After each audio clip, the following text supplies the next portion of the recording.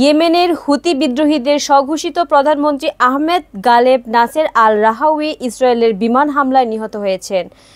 IDF জানিয়েছেন রাহাউইর শীর্ষ কয়েকজন হুতি নেতাকে বিমান হামলা চালিয়ে শেষ করে দেওয়া হয়েছে। কামরুজ্জামানের তথ্যচিত্রে বিস্তারিত জানাচ্ছেন লাবণী আক্তার। ইয়েমেনের হুতি বিদ্রোহীরা নিশ্চিত করেছে যে তাদের স্বঘোষিত প্রধানমন্ত্রী আহমদ গালেব নাসের আল রাহাউই ইসরায়েলের বিমান হামলায় নিহত হয়েছেন। ইরান সমর্থিত গোষ্ঠীটি জানায়, বৃহস্পতিবার ইয়েমেনের রাজধানী সানায় ইসরায়েলি প্রতিরক্ষা বাহিনী হামলা চালালে আরও কয়েকজন শীর্ষ কর্মকর্তা নিহত হন। আইডিএফ জানায়, রাহাউই শীর্ষ কয়েকজন হুতি নেতাকে বিমান হামলা চালিয়ে শেষ করে দেওয়া হয়েছে।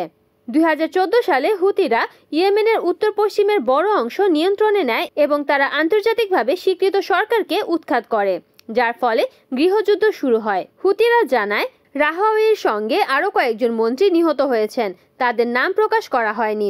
আল হাদাদ জানিয়েছে, নিহতদের মধ্যে হুতিদের পররাষ্ট্রমন্ত্রী ছাড়াও বিচারমন্ত্রী, যুব ও ক্রীড়া মন্ত্রী, সামাজিক কল্যাণ ও শ্রমমন্ত্রী রয়েছেন।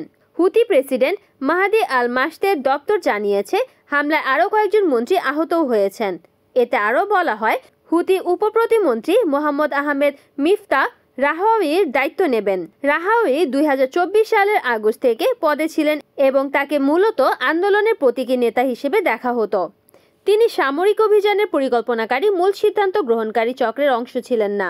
হুতিদের সর্বোচ্চ নেতা আব্দুল মালেক আল হুতি, প্রতিরক্ষা মন্ত্রী ও সেনা প্রধান এই হামলায় হতাহতদের মধ্যে নেই বলে উল্লেখ করা হয়েছে।